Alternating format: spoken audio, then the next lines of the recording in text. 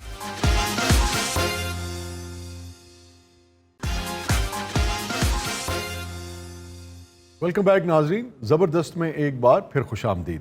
وقت ہوا ہے نیوز اینڈ وائرل ویڈیوز کے کولاش کا، اور پہلی خبر جو آج میں نے پروگرام میں شامل کی ہے وہ آئی ہے برطانیہ سے. اور اس قسم کے واقعات، حادثات ہو جاتے ہیں لوگوں کی زندگی میں، اور اگین اس خبر میں بھی ایک عبرت ہے کہ ہر وقت انسان کو ڈرتے رہنا چاہیے اللہ سے، اور برے وقت سے پناہ مانگنی چاہیے. کسی کے ساتھ کسی بھی وقت کچھ بھی ہو سکتا ہے.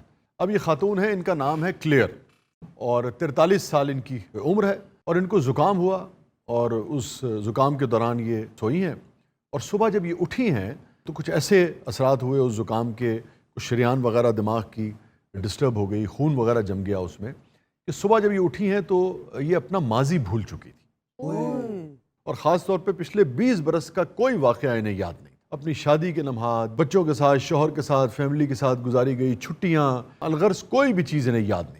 شوہر اور بچوں کو بھی بھول گئی؟ نہیں، بچے اور شوہر یاد ہے، ان کے ساتھ جو تعلق ہے وہ یاد ہے، مگر ان کے ساتھ جو وقت گزرا ہے پچھلے 20 سال میں بچوں کے ساتھ اور شوہر کے ساتھ، اس میں سے کچھ یاد نہیں. ہو سکتا ہے اتنا اچھا وقت نہ گزرا ہو ان کے ساتھ. یہ خاتون ہمارے ساتھ موجود ہے، ذرا ان سے بات کرتے ہیں. کلیئر، یہ ذہنی طور پہ بالکل کلیئر ہو چکی ہیں.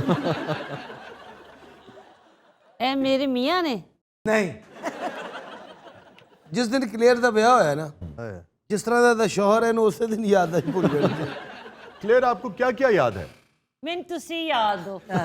صرف تواڈے شعر یاد جے، باقی سب کچھ بھول گئی جے. جنوں زکام ہوندا تسی یاد رہ جاندے. میں جوشاندہ ہوں. اور یہ کون لوگ ہیں جی؟ اسی ڈاکٹر ہاں سارا، اسی کوئی ٹرین دے وچ بوتلاں نہیں ویچدے. اسی ڈاکٹر ہاں. اے میرے استاد جی نے. استاد جی جلدی انہاں نوں مریض نوں فارغ کرو، پھر پینچر بھی لاؤنے جا کے. اور تانوں پتہ ہے ڈاکٹر بھی یاد ہے بھول گئے. اچھا، آپ کا کیا نام ہے؟ مائیکل جناب. مائیکل. اور آپ کے بیٹے کا کیا نام ہے؟ ٹونی جناب. مائیکل، آپ کے کیا احساسات ہیں؟ وہ جناب کی بیت نہیں ہے، ماضی دے ماضی حال دیاں گلاں بھولی پئی ہے. میں آنا منوں ویکھ کے کہندی ہے کیبل والا آیا. اے تے مطلب پھر تے اودی یادداشت واپس آ گئی. بھائی جان یہ کون ہے؟ اللہ، اے سیٹ تے تسی آؤ. کل میں مینوں کہہ رہے سی مینوں نہر تے لے کے چل، میں رس پیوں کھانے نے. دسو میں تانوں کہیا سی نا ڈاکٹر پاگل. انہیں کلیئر نے یادداشت بھولنی نہیں سی، انہوں نے گلاں ہی انہی ماڑیاں سنائیاں. ویسے اگر آپ محنت کریں، کوشش کریں تو مجھے لگتا ہے کہ ان کی یادداشت واپس آ سکتی ہے. کس طرح جناب دسو تسی تہاڈے کو کوئی ایسی دیکھیں نا، اس کو ماضی میں لے کے جائیں، جی میں تو باندر بن کے انہوں وہاندہ ہوندا ہے، بن کے وہاں ایک ٹرانس میں لے کے جائیں. یہ صحیح کہہ رہا ہے. ان باتوں کا ذکر کریں، ان واقعات کا تذکرہ کریں جن کے بارے میں آپ کو لگتا ہے کہ آپ کی بیوی کے دل میں خاص مقام تھا، خاص جگہ تھی. اچھا جی. ہاں، بات کریں ان سے. میں کہ بیگم یاد ہے تینوں ایک دفعہ مینوں بیلن ماریا سی. اچھا اے گل کو بھولنا نہیں. اور ٹونی، تم بھی یہ کام کر سکتے ہو. جدو ماما نے کمرے چ اندر رولا پاندی چوہا آ گیا، چوہا آ گیا. امپورٹنٹ باتیں یاد کراؤں ماما کو؟ کرواؤ. مما آپ کو یاد ہے جب آپ فون پہ بات کر رہی تھی تو آپ نے کہا تھا پاپا آئیں تو مجھے بتا دینا. اوے پہلو یہ گل مینوں تے دس دا. مما آپ کو وہ یاد ہے جب آپ نے اپنی جویلری بیچ کے پاپا کو کہا تھا کہ آپ کی مما نے چوری کی؟ پاگل نہیں، فراڈن بھی ہے. ਇਹ ਤੇ ਕੁਛ ਵੀ ਨਹੀਂ ਸ਼ਾਹ ਜੀ. ਸਾਡੇ ਕੋਲ ਇੱਕ ਮਰੀਜ਼ ਆਇਆ ਸੀ, ਉਹਨੂੰ 20 ਸਾਲ ਪਿਛਲੇ ਜਿੰਨੇ ਦਿਨ ਲੰਘੇ ਸੀ ਉਹਨੂੰ ਯਾਦ ਹੀ ਨਹੀਂ ਸੀ, ਸਿਰਫ ਇਤਵਾਰਾਂ ਯਾਦ ਸੀ ਉਹਨੂੰ. ਇਤਵਾਰ ਨੂੰ ਡਾਕਟਰ ਸਾਹਿਬ ਨੂੰ ਛੁੱਟੀ ਹੁੰਦੀ. ਇਹਨਾਂ ਦੋਵਾਂ ਡਾਕਟਰਾਂ ਨੇ ਫਿਰ ਬਿੱਲ ਬਣਾਇਆ, ਉਹਨੂੰ ਪਿਛਲੇ 50 ਸਾਲ ਯਾਦ ਆ ਗਏ. اچھا دیکھیے، یہ جو یادداشت کا معاملہ ہے نا، یہ بڑی یعنی کہ زندگی میں اس کی بڑی اہمیت ہوتی ہے، تو اس پہ بڑی توجہ دینی چاہیے. اور اگر آپ اوائل عمری سے ہی مخصوص خوراک استعمال کریں تو کبھی آپ کی یادداشت کمزور نہیں ہوگی، کیونکہ آخری عمر تک یادداشت برقرار رہے گی. کیا جی مثلاً کون سی خوراک؟ خاص طور پہ مچھلی کا کثرت سے استعمال کریں. مچھی کھادی ہوئے 8 دن پہلوں والی گلاں یاد آن لگ اور مچھلی میں بھی نا سیلمن, ٹونا فش ہاں جی مچھی کھا کے بڑیاں گلاں یاد آن یا ٹراؤٹ. بندہ اگلے بندے نوں پوچھ رہا ہوندا تینوں کوئی یاد ہے اے رو نال کام نہیں چل سکتا جی. 300 روپے کلو والی مچھی نال کی یاد آوے نہیں, اومیگا 3 وغیرہ ذرا زیادہ ہوتا ہے سیلمن میں, ٹراؤٹ میں, ٹونا فش میں. یہ تو 2.5 لاکھ بل لگے آنا تو بندے یاد آئے نا اور بندے نے دوجے نے کہنا ہوئے ہوں آگے تو ایتھوں نہ کھائے. تو مچھلی کا استعمال بڑھائیں. اومیگا 3 اور فیٹی ایسڈز دونوں ہوتے ہیں اس میں. میں نے شاید سیلمن 23 سال پہلے کھائی تھی. شکر ہے یاد آ رہا میری بیوی نو. اور ڈیوڈ اور میں. او ڈیوڈ کون ہے میرا نام تو میں کدے وہ علاج نہ کرا میرے بھراوا گندا ہوئے. ہاں ڈیوڈ نے زیادہ کھائی تھی, مما نے بتایا تھا. میں اور ڈیوڈ ٹیمز کے کنارے بیٹھے ہوئے تھے. میری عزت کا جنازہ لے کے ادھر عزت کا جنازہ پہ اسی نال مچھی پئی. ٹیمز نے ایک ٹکڑا سیلمن کا اٹھا کے میرے منہ میں رکھا. یہ نہیں ٹائم سے چھال مار دے. اور ایک بندہ آیا, انہیں کہا چلو نکلو ٹائم پورا ہو گیا. او گولی مار سلمان نو, او مینوں ਇਹੋ ਜਿਹੀ ਯਾਦਾਸ਼ਤ ਨਹੀਂ ਚਾਹੀਦੀ. اوے ਇਹਨੂੰ ਰਹੂ ਖਵਾ ਸ਼ਾਇਦ ਬਸ਼ੀਰ ਵੀ ਯਾਦ ਆ ਜਾਏ.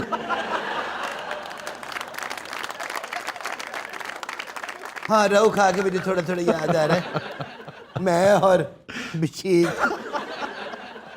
دریائے نہر کے کنارے.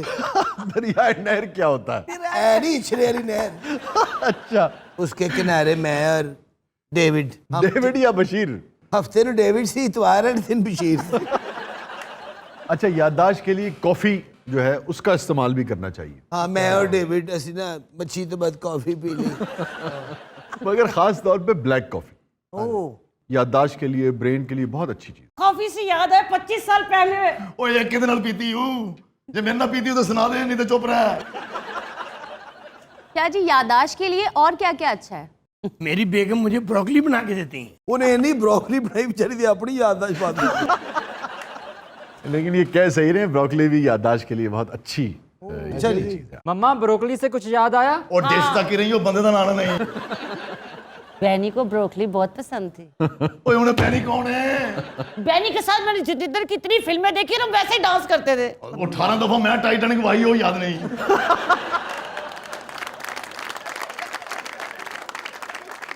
کیا جی ایک گل میں دسو جناب, ایڈی ایڈی مہنگی شہر تسی نہ لین ڈے ہو, یہ ماڑے آدمی کو مسکین آدمی دی یہ نہیں توازن واسطے کوئی شے نہیں ہے جی کھا کے یہ نہیں توازن ٹھیک ہو جائے. یار اتنے لمبے لمبے جملے تمہیں یاد ہیں, تمہارا کیا مسئلہ ہے یادداشت کا؟ نہیں یہ تو ذہنی توازن ٹھیک ہو جائے نا تو شارٹ جملے بول رہے ہیں. کافی تو بہت مہنگی چیز نہیں ہے, بس اگر خدا نہ خواستہ کسی کے پاس بالکل پیسے نہیں ہیں تو اس کے لیے تو یقیناً 450 روپے کا کپ ہے, آندے ہوئے 2 لے گئے ہیں تہاڈے تو لئی. بھائی وہاں سے لینے کی کیا ضرورت ہے؟ کافی لوگ گھر میں بناؤ. اگر جار نہیں لے سکتے تو 20 روپے کا ساشے آ جاتا ہے. تے او شاشے ہن انہوں کس طرح پرسنٹ بناوندا نہیں پتا. جیڑا بندہ شاشے نہیں کہہ سکتا وہ کار کافی کیویں بنائے گا؟ اچھا, انڈے بہت اچھے ہوتے ہیں یادداشت کے لیے. اچھا جی, ہاں, ہلدی کا استعمال کریں. بہت اچھے. کیا کہنے ایک 2000 روپے دے چاویں تے لایا میں. یار مالٹے کون سے مہنگے ہوتے ہیں؟ الحمدللہ پاکستان میں فراوانی ہے. ہاں جی, سرگودیوں چوری توڑ کے کھادی ہوں تے کیڑے مہنگے نے. ایسے ایسے کیوں ایڈی یادداشت کے پیچھے پے ہیں؟ ساڈے ماضی کو ایڈے اچھے نہیں. یاد ماضی عذاب ہے یارب, یاد ماضی عذاب ہے یارب, چھین لے مجھ سے حافظہ میرا. تھوڑے سے وقفے کے بعد واپس. کیا بات.